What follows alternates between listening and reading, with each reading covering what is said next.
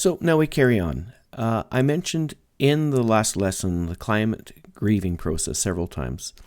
And I want to spend a bit more time now just going into that in a bit more detail and explaining what we mean by that. And I think of this as coming to grips with climate grief. So my lesson objectives are to gain familiarity with the stages of the climate grieving process, to recognize the difference between emotion and logic in the climate dialogue, which is something that we have to deal with frequently when we're talking about climate change or global warming. And then finally, to develop a high-level understanding of what to do about it all. There are 5 stages of climate grief, starting with denial and depression and anger, leading finally into bargaining and acceptance. Acceptance is clearly our goal, to achieve acceptance of the fact that climate is changing and we need to take some action on it. Now, this is typically the way this might be presented in terms of a regular grieving process when people are talking about a significant loss in their life. And in fact, climate change, global warming, represents a loss to people, and that's why they exhibit the same sort of tendencies as they would in any other grieving process. And the reason is that it represents a loss of a way of life. We're worried about jobs, we're worried about our family, we're worried about what's coming, and the way we've done things is seemingly being challenged. In fact, it is in a lot of cases being challenged, and people see that as a threat and a loss in their life. Now, this is simplistic because it tends to show that people go from denial to depression to anger, then to bargaining, and to acceptance, and then that's fine. But in fact, it's more amorphous than that.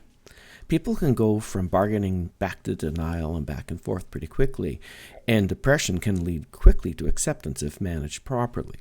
And anger tends to go with all of it at one time or another.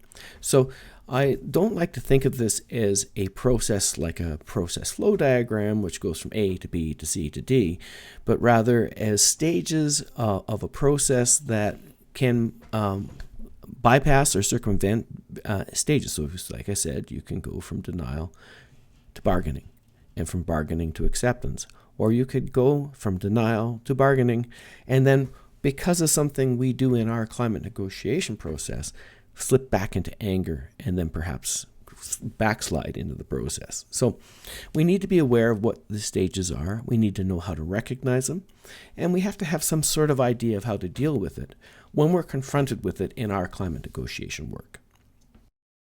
Let me start with denial. Denial is defined as a state in which one suppresses a painful or unacceptable thing. And in climate change work, we see this as coming through in comments like, that can't be true, or I've never seen any proof. Prove it to me. That's not right.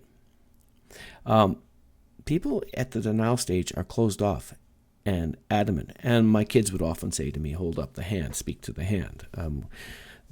People in this stage are not receptive, and we need to figure out how to move them on from that. And we will cover that as we move forward in the course. Well, the next stage that we consider is depression. And depression is a mood of hopelessness, feelings of inadequacy.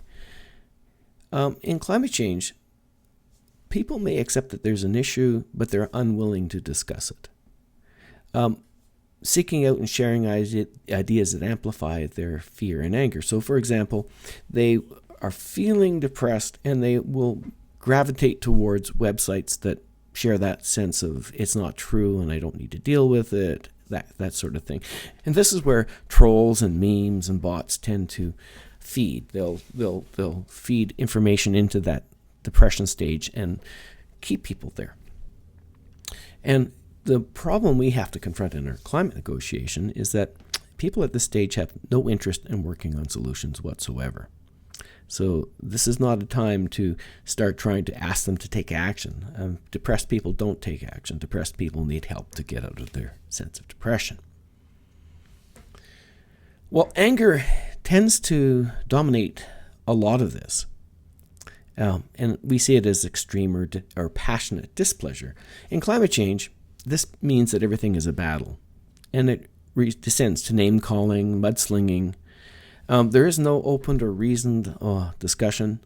There's a lot of blaming and pointing fingers, saying, it's not my fault, it's your fault. You're asking me to do something and I didn't cause the problem. So they really want the discussion to end, and they will do so in sometimes very extreme and very aggressive ways. Once again, not a time to be trying to negotiate. This is a time to help people deal with the anger and then to move forward.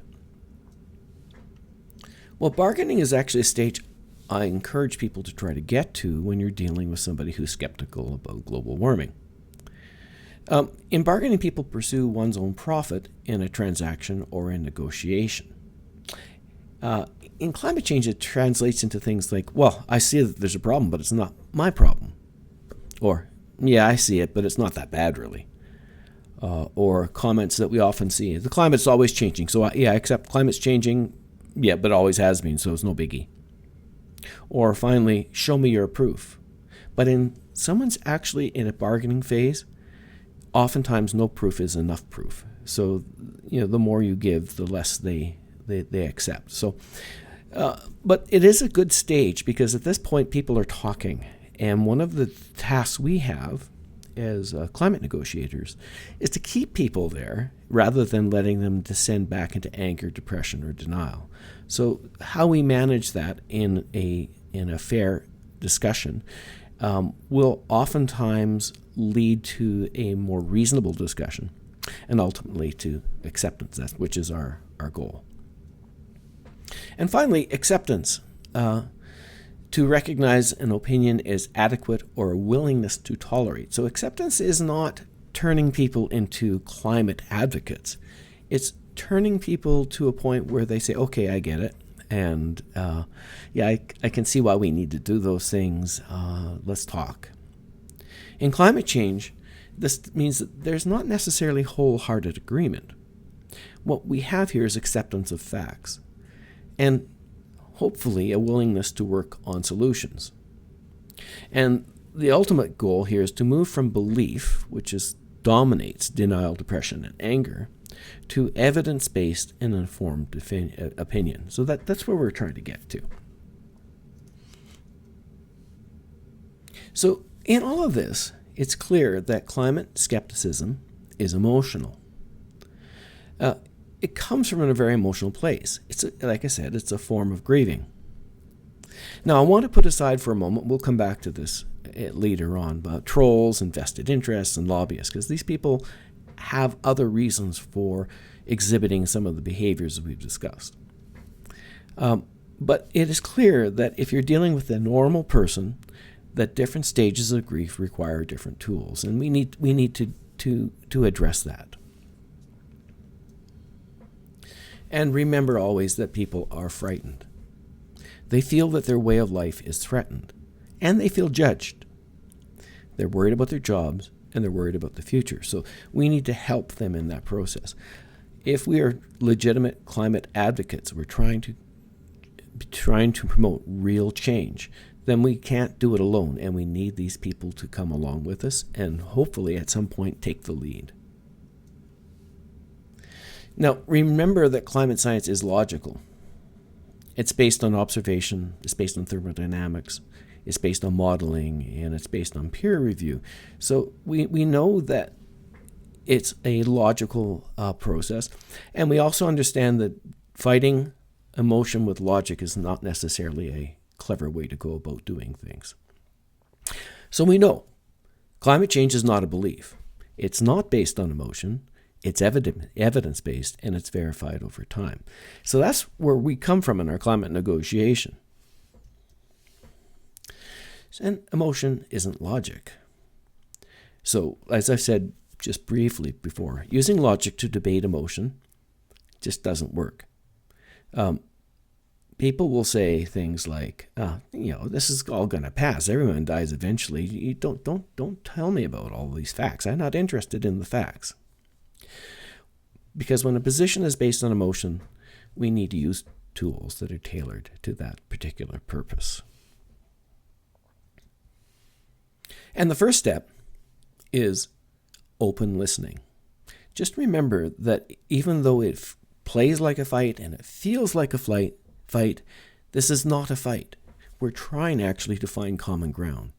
And so to do that, we need to understand where folks are coming from, what are their fears, and we need to share with them what our fears are. Why are we taking the positions we're taking with respect to response to climate change? And to do that, we need to really listen. And I'll come back to that in an upcoming lesson here, but I'll say it again now. We need to listen.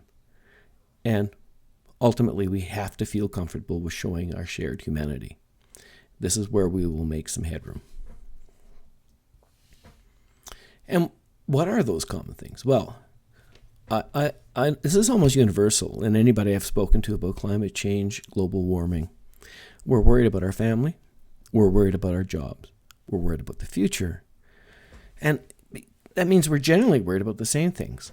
And that is not a basis for argument. It's a basis for agreement. What we're talking about here is not inappropriate action. What we're talking about ultimately is climate negotiation is not a negotiation about the reality of climate change.